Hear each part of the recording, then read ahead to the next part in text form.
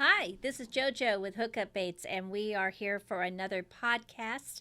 We have a very special guest. We have Dwayne Pantanod. Perfect. Oh my God, that was hard. We only practice here a little bit. Sorry, Debbie. We are so excited to have you on the podcast today. But let's start by letting our viewers, our listeners know, how did you get started in fishing? How to get started fishing? Yeah. I remember my dad taking me up to June Lake when I was like 6 years old, and I was fascinated with all those trout swimming around the edge of the lake. And he took us to that creek that's outside June Lake, and we started catching trout on cheese balls, and I was hooked. and how is that today using hookup baits in the Using Sierras? hookup baits? Yeah, hookup baits has changed the way I go trout fishing. People are normally associate me with saltwater fishing, but I'm a huge trout fisherman. I love trout fishing. I like the serenity of it and by yourself, and Chad knows what I'm talking about. But I've caught plenty of big fish in my life, but not with the consistency that I am now using these hookup baits, especially that chub color. I just come back from trout fishing in Colorado, and far and away that new chub color you have in the 1/16 ounce is a fantastic bait there. Yeah, I agree. That's one of my tops too. Yes. And you have that. You took your granddaughter with you guys. On this trip, yeah, we took our granddaughter up there. We have a friend that I met down at El Salto who invited us up to fish on his private ranch up there. And one lake full of bass, one lake full of trout. It was a fisherman's dream. Oh, my gosh. Nobody else to compete with. You could go fishing whenever you want, just whale on fish. And that chub hookup bait, 1/16 ounce of, I have to add, I bass fish a lot too down in Mexico, El Saltos, like Picachos, like Baccarat. And bass get very wise to the standard bass lures that you're using. And when the water's clear, you can see how they react, and you'll get one or two reactions out of it. But every time you throw a hookup bait out there, they will follow it. Yeah, they can look at it for 7 days in a row, but when it swims by, they're going to go after it, especially when you start to let it sink to the bottom. They want it. Yeah, I found that interesting when you were talking the other day, where you're throwing multiple different lures at these bass, and just kind of, I love doing this kind of stuff, watching what's making a fish react and how they're reacting, all this stuff. And he said they lost interest in everything you threw at them within a few casts. Yes. They never lost interest in the hookup bait. Never. They chased it every time. They chased it every time. Like, aren't you guys going to wise up to this lure here?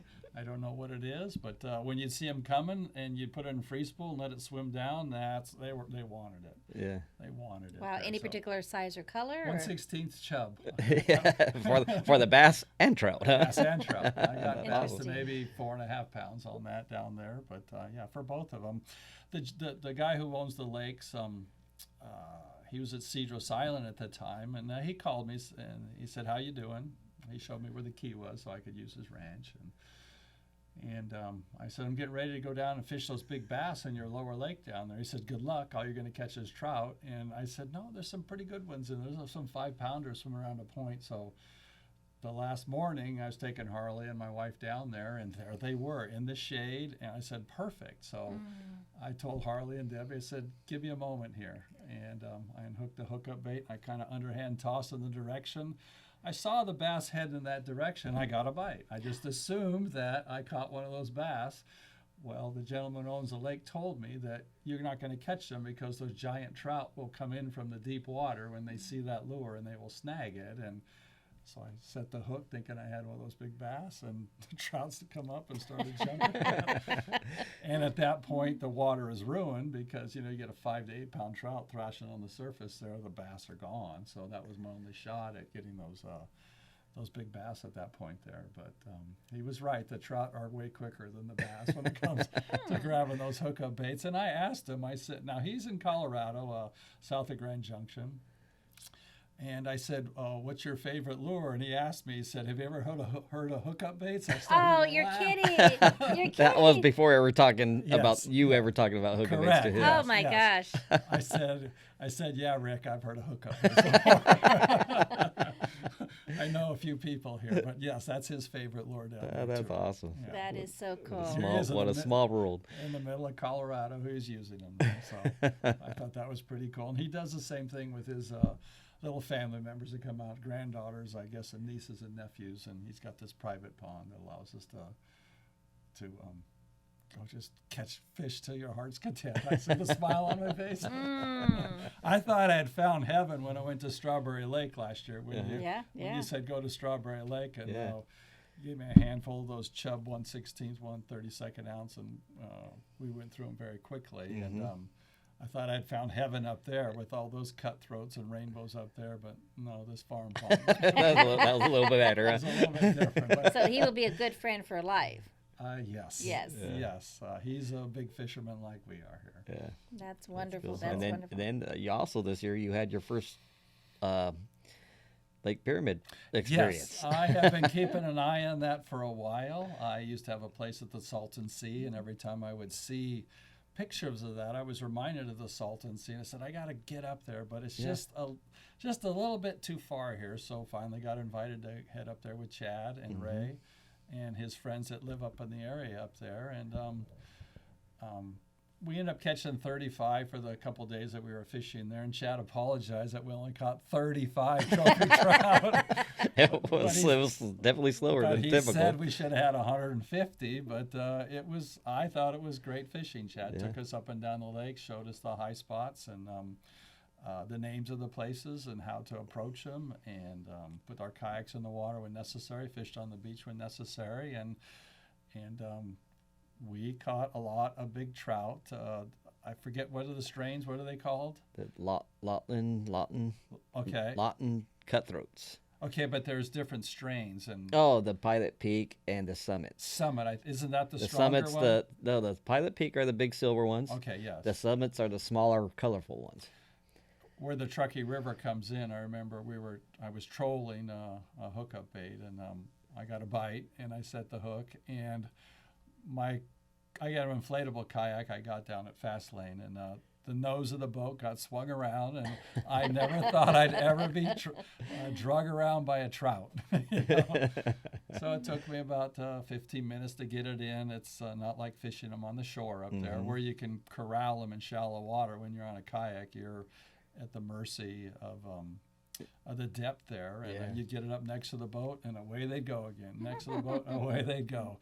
And they were very strong. Those silver ones were very, very strong there. The Pilot Peak ones. I was pretty impressed with that. And we had met an older fisherman on a float tube when we were putting it in the water, and I think we talked to him later, but he was on one of those things for, what do you say, 2 hours? 2 hours. 2 hours. He fought a fish. Like, you never heard of a trout being fought for even more than 30 minutes. Yeah, I don't know if he's using 2-pound test, whatever. But but he had it. He kept it. It was like a 14-pounder or something like that. Well, I didn't even get to see the fish, but holy smokes. So anyway, that's great. We'll be going back up there. And isn't it? It's such a unique and different place. I mean, it's just beautiful, and the lake is so big. Yeah, it reminded me of the Salton Sea a lot, in that it's barren. It's I didn't want to know what to expect. Evergreen trees down the shoreline, but it's like the Salton Sea, it's barren high shore. desert. Yeah. And I enjoyed it also at that one end where the sand was there. All the way at the top monument. Yeah, monuments up there.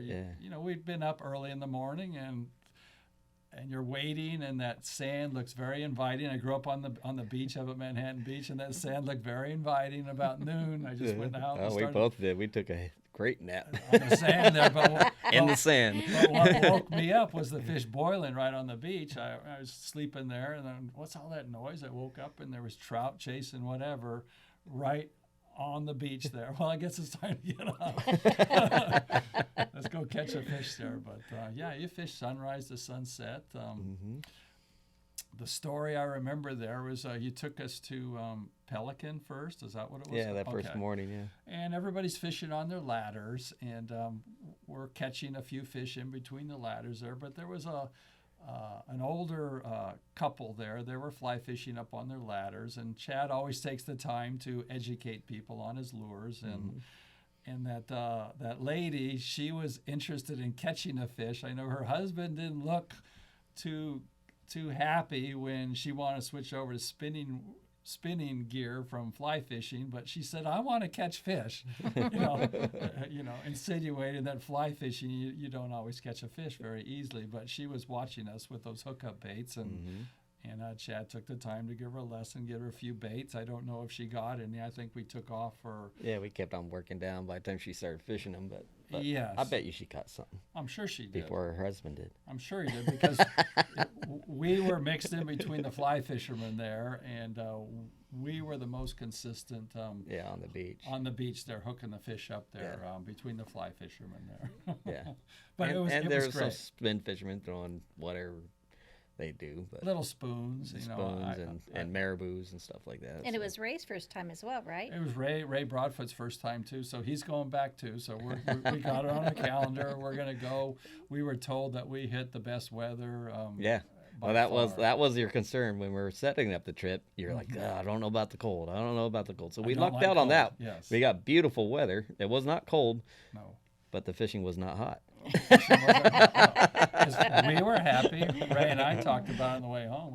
We had quite a few nice ones, and we were happy. Yeah. I mean, we don't have to go and wail on them like you want to do all the time. But we were happy with that first time up there. So we'll be going back for sure. I mean, that was outstanding there. I don't know if that fishery's on its way up or if it's been that.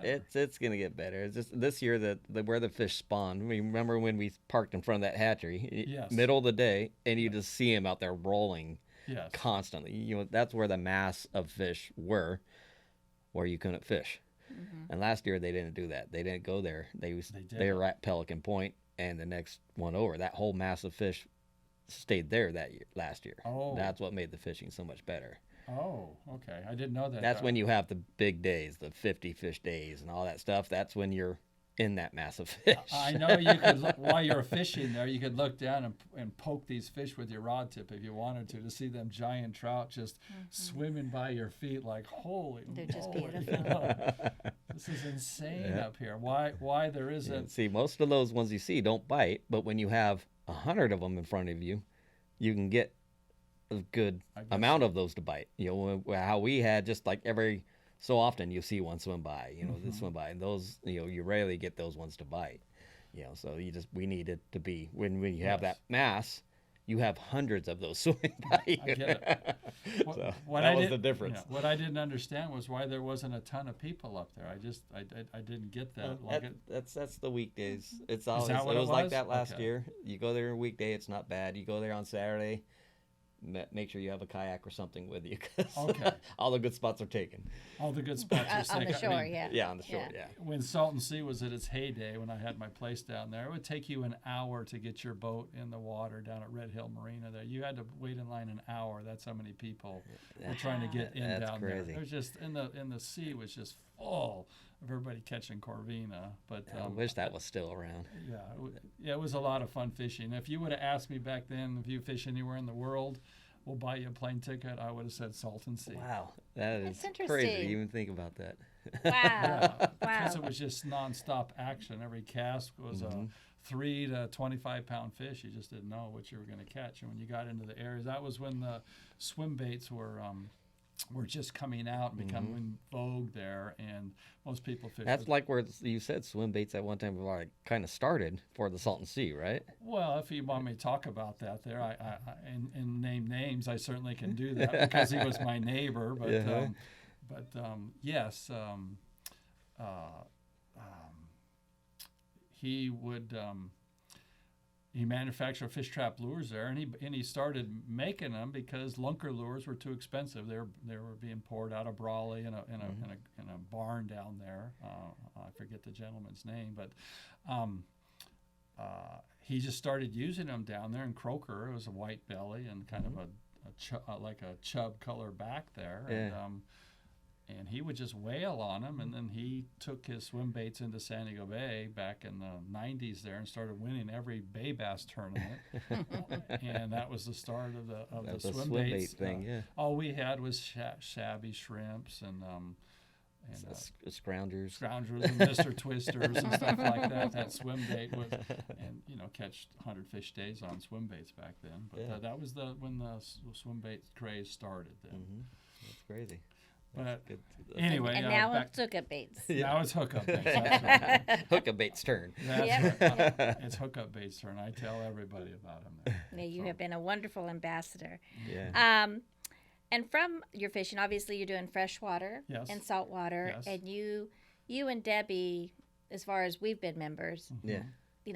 have been San Diego anglers. It's kind of funny. It's like somebody like, who's the president of San Diego Anglers? I'm like, oh well, Wayne and Debbie, but this guy is the president this year. I mean, you really are true founders and supporters. We were founders. That's correct. But tell our group more about how the group got started and what it means, because it is a fantastic fishing club. Well, if you want to go all the way back,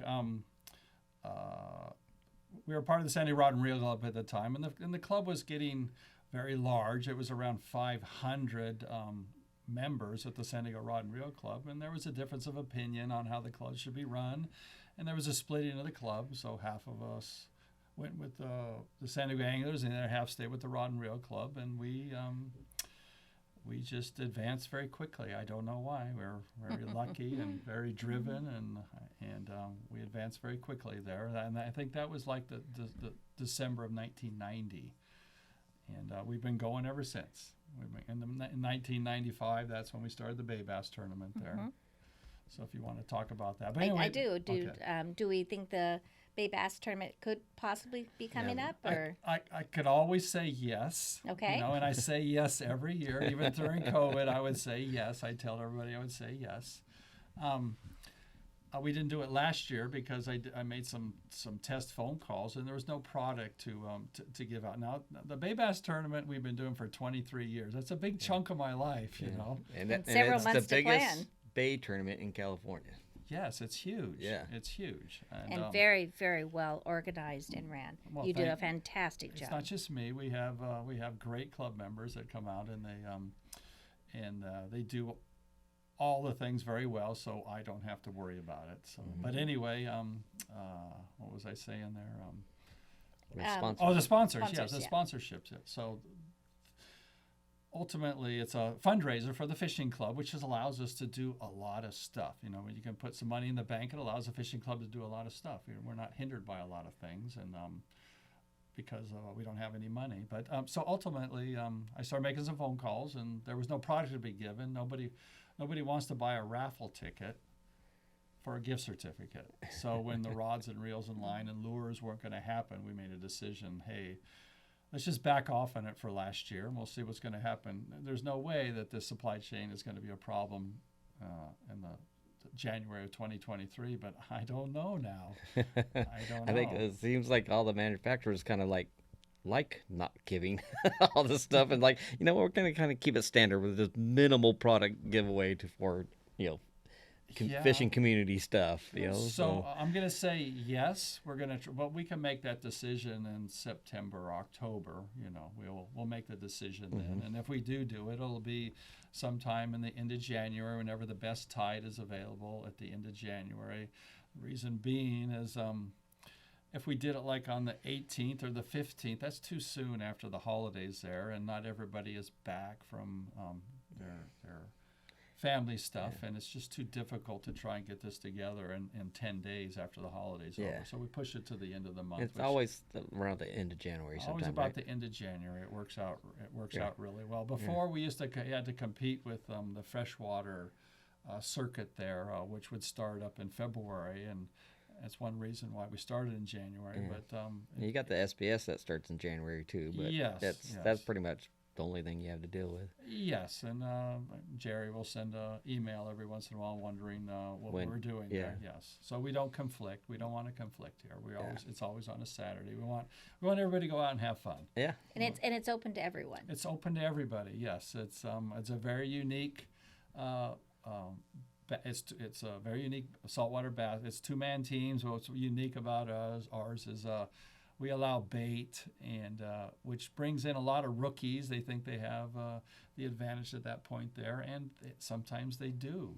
We've had people that have won it on bait in the past, but for the most part, people who win that top 25 are going to catch them on the lures there. But we want everybody to participate. People think that you have to be an expert fisherman to use a lure, a plastic lure, but you don't. And the families come down You'll for the catch a weigh-in. fish on a hookup bait faster than any live bait. That's right. I agree. But we can't just put that information by osmosis into everybody's head. You have to put them on your, on your Everybody lure. has everyone has their confidence in something, So. Yeah, you can get the lure out of the fish's mouth and back in the water way quicker than monkeying around with a live sardine or a live anchovy. You know, it takes a while to scoop a bait and get it pinned on and drop it down slowly. And get it to the zone. And get it to the zone. Yeah, but and then the top teams come back after the bait bass and we tournament. have an invite tournament, top 25, sometime in April, and we do it again. And there's no sponsorship or anything this time. It's just strictly a fishing tournament. And ready, set, go. You can bring your best 5 fish back as a team and give the money away. And it's sand bass, spotted, bay bass, or calico bass. All count. Yes, it's just the heaviest 3 sack. It's I forgot. It's down to a 3 sack bag here now. Why did you do that? There was, I'm trying to remember here now. It was, I remember, the 5 fish sacks were getting slimmer and slimmer. As the quantity of sand bass was starting to dwindle, people said they didn't know if they wanted to participate because they couldn't catch 5 keeper sand bass. And we don't want people to not participate. We want them to participate. So we had a committee meeting, and it looked like 3 fish probably would have been nicer. So we dropped it down to 3 while the sand bass are trying to come back into the bay. And so eventually they'll move back. Yeah. The sand bass will be back. Yeah, I enjoy the 5 fish better, but I can understand the 3 fish just so everybody has a chance, everybody can play. So that's right. I mean, we would like to have 150 teams, and but if only 100 teams want to participate because they have to catch a 5 fish sack, then no, we'll drop it down to 3. It's about having fun and about raising some money, and it's a fishing tournament. Up until the weigh-in's over, and there's a big giant party afterwards. Great food. Oh my gosh, free beer. Everybody. It's like an old home week. You might not see somebody for a year, and you'll see them down there. And there's a lot of catch up to be. And you have a big tent where vendors or people can come and set up a table and talk about what they want to talk about in their product. I mean, it's really fun for everybody. Yeah, whether you're fishing or not, families to come. It's not just a tournament; it's an event. It also. really is. If we have good weather, we've asked the harbor police, who they come on down. We've asked for crowd estimates, and they're pretty good about that. And almost every time they said you're pushing 1,000 people down here, so that's a lot for a fishing tournament. They come on down. We'll catch the general public just walking by, and they say, "What's going on over here?" And they come on over and they say, "What's happening? We got a fishing tournament. How do I buy a plate of food?" "You don't have to buy a plate of food. Just go get in line." "What?" Just buy a few raffle tickets. Generous. Yeah, we'll buy a few raffle tickets. We'll give you a hamburger and we'll give you a hot dog and a plate of food there. Just buy a few raffle tickets. Help support the event. And so the word gets out. Now we have social media and smartphones. It doesn't take long for the word to get out and people to come on down there. By the way, Dwayne, this is the only person I know that does not have a smartphone still. I do not have a smartphone.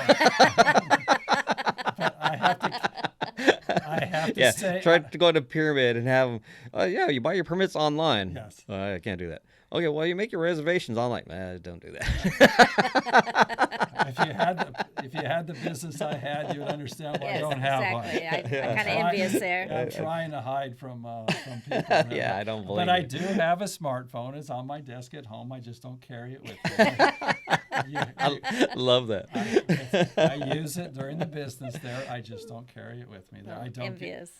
I don't get any of Nothing that. wrong with being old school. That's right. I don't It get works. any of that. Those phone calls that everybody else gets about insurance and all that. I don't get any of that. When my phone rings, it's somebody I You know. knew it's a friend. It's a friend. That's right. I think I want one of those phones. So, Well, anyway, but back to fishing. let's take a quick break here, Yeah. and then we'll come back with more questions with Dwayne.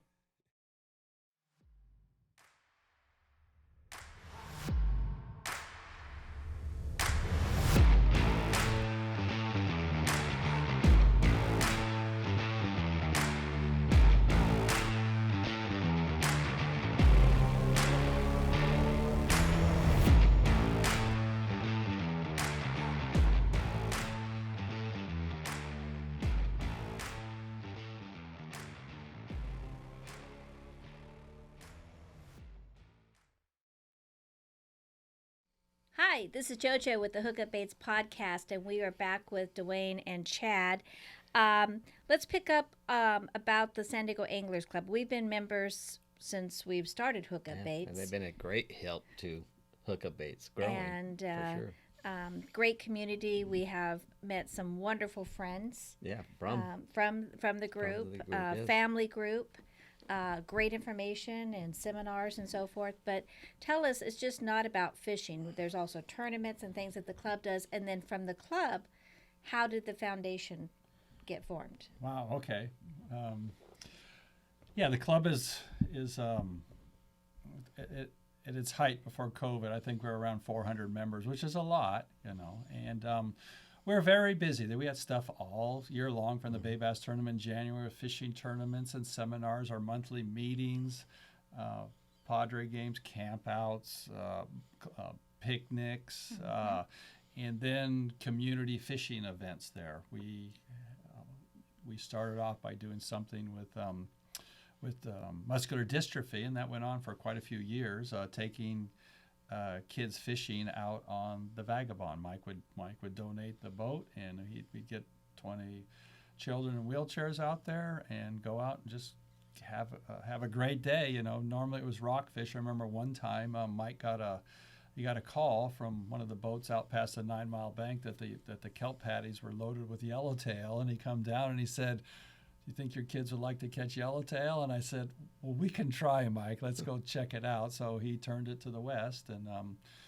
he found a kelp patty, and the yellowtail charged the boat, and to have these kids in wheelchairs catching yellowtail and 9-pound bonita, it was quite. Wow. It was. Still puts a smile on my face there, and these kids are, especially the muscular dystrophy ones. They a lot of them can't do that. They have helpers, and but we caught everybody a yellowtail or a big bonita, and turned around and come home. And the dolphins were following the boat, and the kids were just having a great time out on the ocean was flat, and so. And Big Brothers and Sisters, the club was taking Big Brothers and Sisters out on an annual basis in November on like a little, so I wouldn't call it a tournament, just take them fishing for a morning there. Yeah.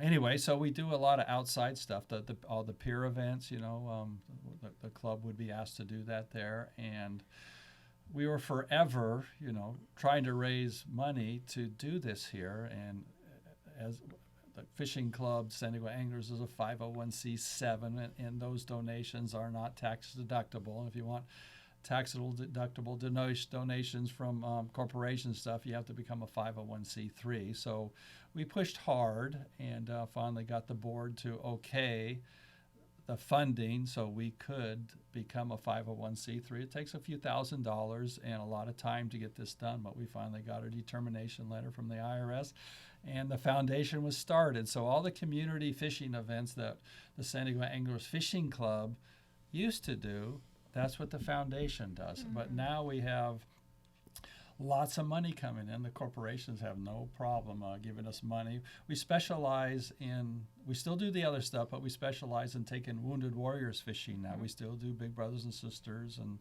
And the pier events, we have the Crystal Pier Kids Classic coming up in the end of July. I'm working on that right now. Like I don't have enough to do in my life. But anyway, so Wounded Warrior is what we specialize in. And we charter the local sport fishing boats out here out of San Diego.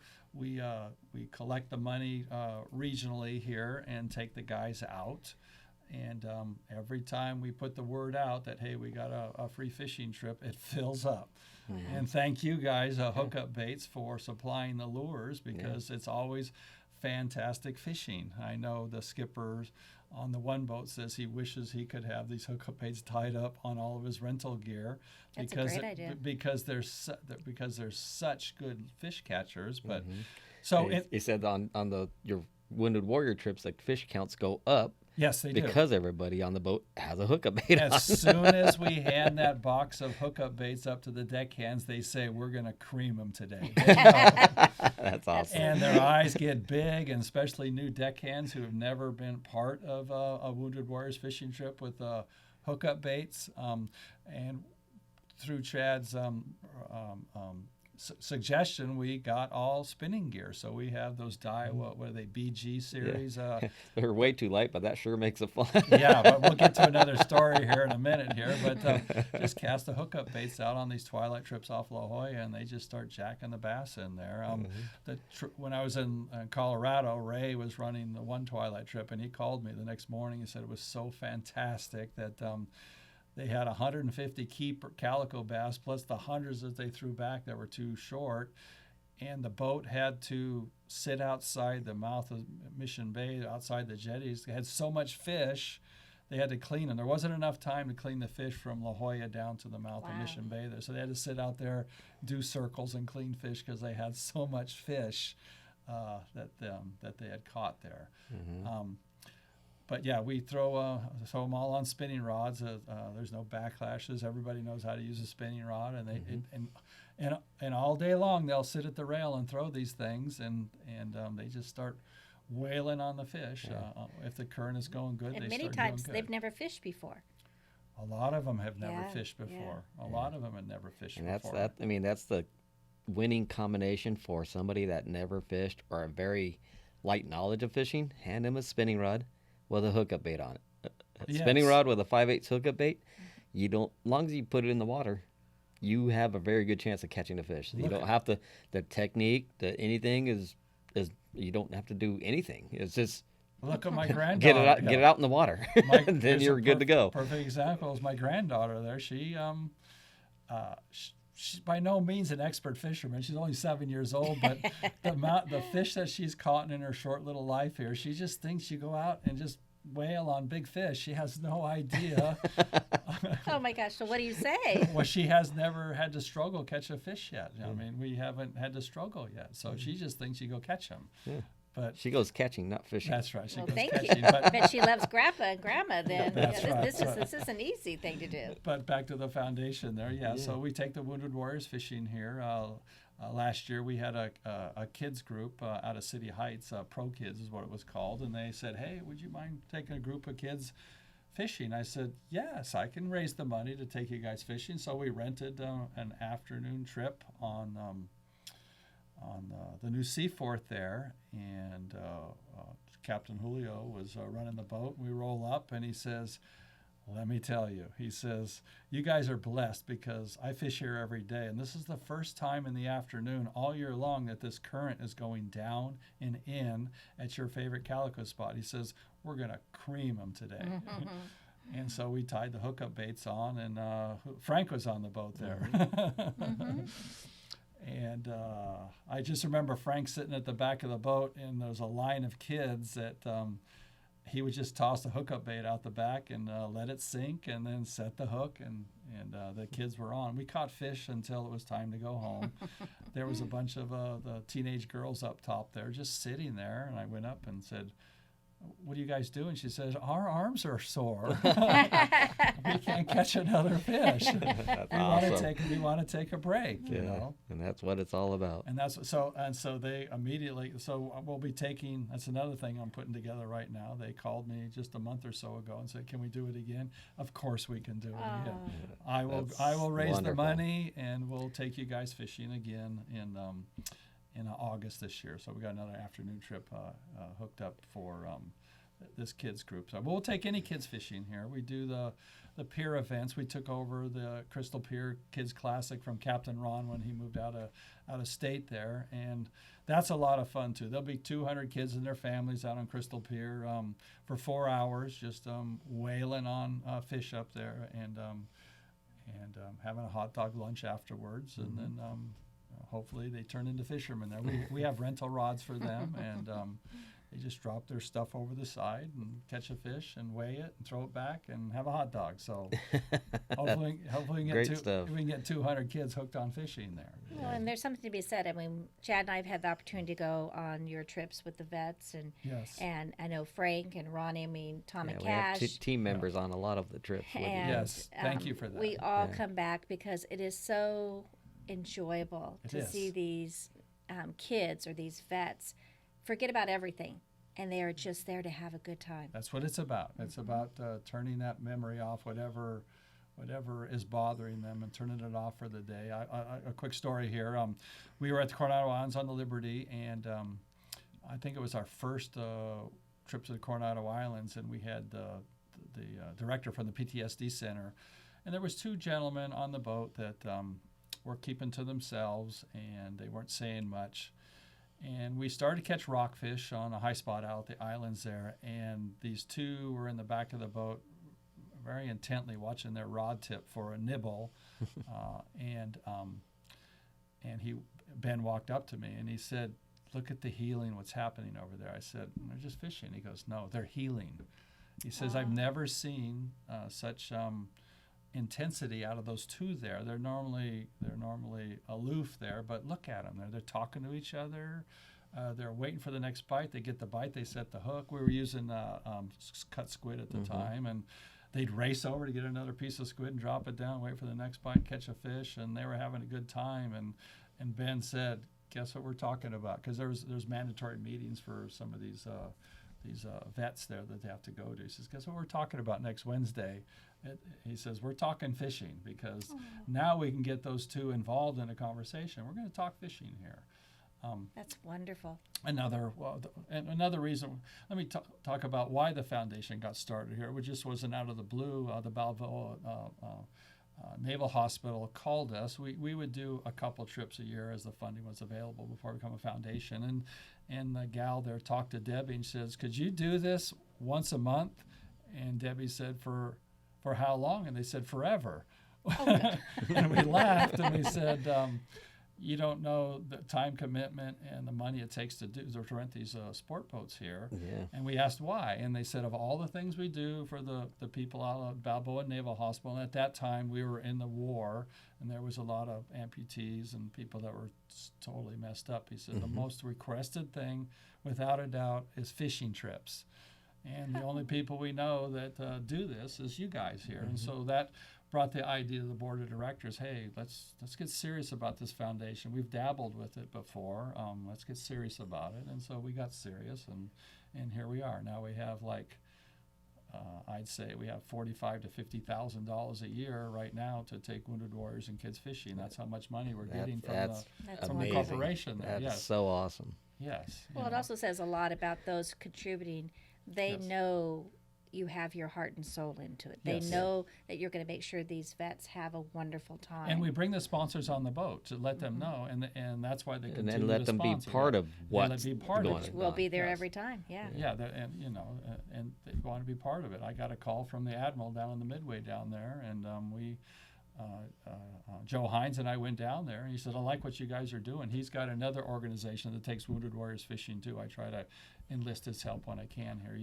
He takes a lot of wounded warriors fishing, and the admiral says, we like what you're doing here, and just continue to do this. And matter of fact, I'm going to give you some money to do it here. Awesome. I met this Colonel Buell last year on the Liberty trip, Colonel Greg Martin couldn't join us. He's our big helper there, getting these wounded warriors on the boat. And Colonel Buell, we were told he was a celebrity, and I don't know colonels who are celebrities, but we got to start chatting with him on the boat there, and he was heavily involved in Fallujah, and he talked about all the boys he lost and when he was over there. And on the way home, he's retired now, but he does the Wounded Warrior stuff out of Camp Pendleton, and he took Mike Cazelli and I aside, and he says, "Never, ever stop this program here." He says, you don't have any idea how important it is to these boys here to get out and do this there. They can't afford to do this here. They're so jacked. They're so excited to get out and do this. Never stop this program here. And so great. that kind of made Mike and I's feel really good about that we're having such an impact on these Wounded Warriors definitely. here. And if someone wanted to be someone who contributes or know more about it, what would they do to get a hold of you, or where do they go? San Diego Anglers Foundation, there's a website there. Just click on Contact Us, and that will go to me, and then I will answer. I just got a email from a big corporation here while I was gone. They want to contribute. While I was on the trip, I got a call from somebody that they want to contribute thousands of dollars to get these guys fishing. I said, "It's great." And the more money, the more trips. The more money, the more trips. And we don't take a dime out of this. It's most of it goes back to, but there's hard costs. There's insurance and website fees. All that stuff that it takes to keep something like this going there. But 100% after that goes out into getting these guys out fishing here. We don't take a salary at all. And if someone wanted to volunteer, do they need to be a member of the San Diego Anglers, or can they just come out and volunteer to help? Contact me. Okay. Contact me at on the website there, San Diego Anglers Foundation.com. .org, and contact me. Yeah. Okay. But they should be a member of the San Diego Anglers because the clubs is awesome. Yes. Yes. But I wanted to distinguish if someone wasn't a fisherman, but they still wanted to be a part of the cause, they can absolutely be a part of this. Absolutely. The more the merrier. Yes. So it doesn't sound like you're ever going to be able to stop this, Dwayne. It doesn't sound you're never like going to it. fully retire. No. Jill and I, she's Ray's husband there at a board of directors meeting. We talked about it. We said, how big do we want this to get? Right now it's just locally, but it could very easily become regional or national, and then it becomes a full-time job. I have to run a business. I still want to fish on my own, So I want to take everybody fishing. My grandkids are getting to the point where one is 1, one is 3.5, and one is 7, and I want to take them fishing. Well, we want you fishing too. Yeah. I want to go fishing too. So we don't know how large we want to get this. Make-A-Wish out of Phoenix out there, they started off small, and look at them now. They got this giant high-rise out in Phoenix, and they just take kids all over the world, whatever they want to do. That's crazy. So do we want to get that big? In theory, yes, but personally, I don't know. It's a So lot right now we're happy. Now we're happy. We Yeah. get about 8 or 9 Wounded Warriors trips plus. That's a lot. And I have to add, I'm also the charter master for the fishing club. Completely different. So we do around 15 charters a year for the fishing clubs. Yeah. And, I'm And the those are charter great. master. I mean, that's right there is a reason alone to join a club. Our fishing club is San Diego Anglers because Dwayne puts the best charters together. You're going with all club members. Yes. It's at a discounted rate. Yes. I mean, with the best skippers and best best boats. skipper. Great Exactly. boat, I mean, great it's a deckheads, no-brainer. If you're a cattle boat fisherman, be part of a fishing club, and it's probably your best bet to be a member of San Diego Anglers Fishing Club. Yes, that's where you get to meet people. That's where Yeah. you get to meet people. You don't catch fish 100% of the time when you're out there. So you're sitting in the gallery at the rail, and you're talking, and pretty soon you get hooked up with somebody there, and you like them, and you invite them fishing. Most of the guys, let me back that up. A lot of the guys on those boats have their own private boats. Me, I have 4 boats, but I still go on all the charters because of the social aspect of it. Yes. You never know who you're going to meet. You just never know who you're going to meet, and so it's just we have fun. we don't necessarily go out just to get all the glory fish. We're very happy with calico bass when we jumped on the San Diego with Well, you Matt mean on Sunday. calico bass not a glory fish? Yeah. Well, Oh no! you know what I'm talking about. Yellowtail Dorado. Those are his bluefin friends. Tuna, yellowfin tuna. But, that's why most people buy tickets on sport boats to go catch that stuff. They don't go to the Coronado Islands to catch calico bass. And Matt has told us many times that he enjoys taking us fishing. That's the skipper on the San Diego because we love bass fishing. Guess what? Matt Brawla loves bass fishing. So when it's time to give up on yellowtail in the morning and he rolls into a spot, we're going to have fun for a few hours just jacking calico bass in the boat there. He doesn't get to do that on a daily basis, and he really, really enjoys it there. So. Yeah. But I can we're, see we're why. just happy to go out and catch calico bass or rockfish. The same thing too. We've been told that we're the only group that loves to go out and catch reds. There was one charter where the fishing was really slow, and no yellowtail to be had, and the calico bass weren't biting. So Ryan took us out to go catch vermilions at his favorite spot. So we went out and we basically loaded the boat toward the end of us catching the fish. He got a call from, I think Taro was on another boat outside, and he said, "Hey, the big bluefin are up about 10 miles away." And so we went out there and started whaling. We didn't have the gear, but the boat had the gear. We started whaling on these 150-pound bluefin tuna on yummy flyers. And Ryan told me on the way, and he says the only trip he ever had with limits of reds and giant bluefin tuna. Wow. And that's what's so awesome about the ocean here. Is just you never know what's going to pop up, for you. Just take what we will take whatever is given to us. Exactly. We're not going to stick our nose in the air because it's red fishing. We all love catching Oh, reds. yes, exactly. I mean, that's when I go fishing for what's biting. That's right. I'm addicted to bites. Well, then you're going to like San Quintin because it bites all the time. Yeah. Down there. If you're going down another week, you're just going to fall in love with San. I have a place in San Quintin for 25 years. And you keep telling me that. Yeah. I've only been down one time in 3 years. Oh. COVID shut it down. And Chad's trying to hint busy ahead. here, yes. Yeah, keep telling me that. Yes. Yeah. I I'll show you. haven't been there yet. Yeah, we'll get you down there. Well, we're about ready to wrap up, but I do want to ask you, Dwayne, you've been fishing majority of your life. Yes. You have seen lots of different products come through and so forth. But I'd love to have your opinion because we obviously value it and appreciate you. What was your first impression of Hookup Baits? And one more. Okay. And where do you see Hookup Baits going in the next year, 5 years, et cetera? Wow. When I first saw Hookup Baits, I thought it was another tube bait there. But when Chad at the club meeting, when he first joined the club, talking about the Bay Bass tournament, he said he was going to finish in the top 5. I said, wow. I said, that's a lot of confidence there. He goes, I'll finish in the top 5. And he did. I think he got third place. Second. Second place. Me and Jojo got second together. Is that the one we lost the flags on? Yeah. Oh, gosh. So anyway, so I started to take notice there. And definitely there's a lot of effort that went into developing this thing here, the cut and everything that goes into the hookup bait there. So I started using them, and it's pretty incredible. We were down in San Quintin. We were shallow water rock fishing for reds at San Martin Island there. We were catching a mixed bag, and Chad had given me some red crab. He says, try this. So we're fishing 90 feet, the lee of San Martin Island there.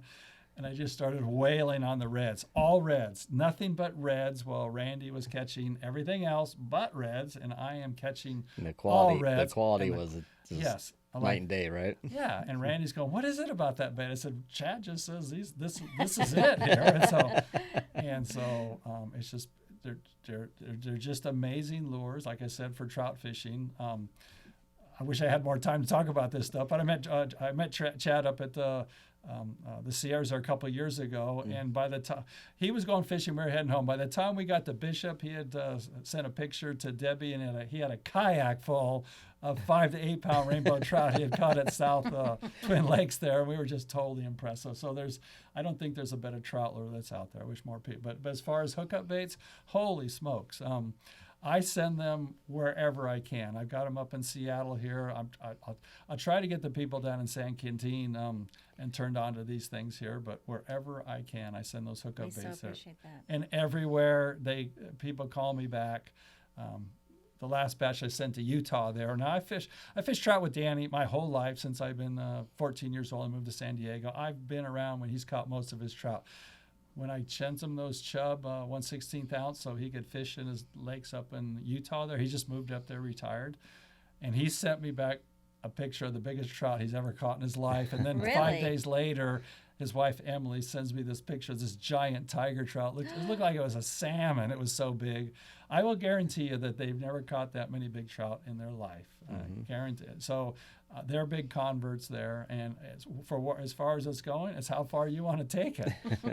Holy smokes. I think you should go down to the Gulf area and start winning some of those Gulf of redfish tournaments. Redfish tournaments. That's on the list to do. Start winning those tournaments there, and everybody's going to know, who is this guy from California? He's never caught a redfish in his life, but he's winning our tournaments there. Yeah. I think I would so love to do that. Yeah, to be the saltwater bass tournament, do well here, and then go to the Gulf and do well in those tournaments. That is something I was like already thought of. I was like, that would be so cool. If you could get that Gulf of Mexico stuff, and they work every bit as good over there as they do here. So it's like, I mean, there's no reason why it couldn't be done, you know. Yeah, to Seattle up there and Puget Sound up there. I send him up to Paul, and he just wails on him. He takes people on his, and they're going, "What are you using? I want one of those there." And because that's all shallow water lingcod. So he catches salmon on them. He calls them jack salmon. I don't know what kind of salmon they are, but when they start running off a point, no point there, they just throw those 1/8 ounce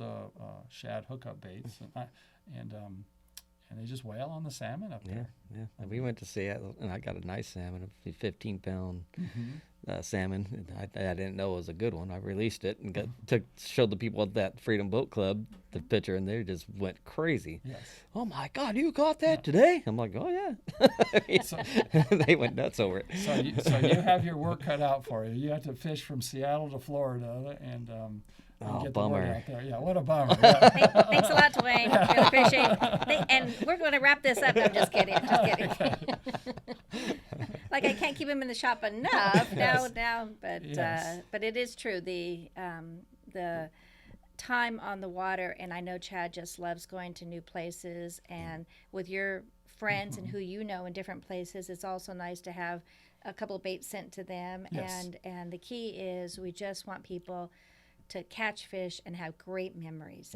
And for you to have a friend that you've known almost all your life send you a picture of a fish caught on a hookup baits. I mean, that's got to be a great feeling. yeah. I made that happen with that bait. You know, and when I was up at his house there, he was like everybody else. He's doubtful this new lure, and I said, Danny, you got to try it. You know, I fish everywhere, but this has changed my trout fishing career. And it took me 4 days of convincing and me sending him up there for him to be a convert there. He's a convert. He's a convert. Yeah. I love that. Thank you for that. You're welcome. And you do that for us over and over again. So we appreciate that so yes, much. well, up in the Sierras, I keep all the empty packages, and when people see us wailing on them, I just give the packages and say, get a hold of Chad. Here's the address. Here's the package. Get them online, and I give them away as much as possible up there because I had somebody come and knock on my door while I was sleeping in a campground because they had heard that I had been whaling on trout for years up there, and I'm trying to talk to this guy. What's this magic lure you have? Magic lure that you caught 72 fish and released yesterday? I said, well, here it is right here. You can have it. Go up to the upper end of the lake and start bringing it in. You'll start catching them too, like everybody else. You know, they follow you around like the Pied Piper there. You can't go anywhere without a group following you, and then you got to get out of the mess and go fish someplace else because you got 10 people around you, and they think, there's a big group of fish there. No, they're casting their normal trout stuff, but you're the only one catching there. So. I know Chad loves fishing with you, and loved the pyramid trip with you and Ray. And thank you. We'll be doing that and more. Absolutely. So, well, we appreciate your time and everything you and Debbie have done, and the amazing things you have coming up with the foundation and what you do with the community. That's really respectable of what you're doing there. Thank you. So, That's awesome. I mean, and it's a win-win for us in the fishing, community and industry. I mean, we always need new people in fishing, Yes. kids and veterans. So that's like taking kids and veterans. It's helping them, Yes. and it's helping us. I mean, it's a win-win for everybody. Yes. Yes. And they ask, what are these lures called? Hookup baits. And we're happy to put them on the end of their lines. So. Yes. So they know about them. That's for sure. Well, thank you, and thank you for tuning in, and we appreciate your time, Dwayne. Yes. Thank you for the invite, and thank you very much. Thank you, friend. Bye-bye.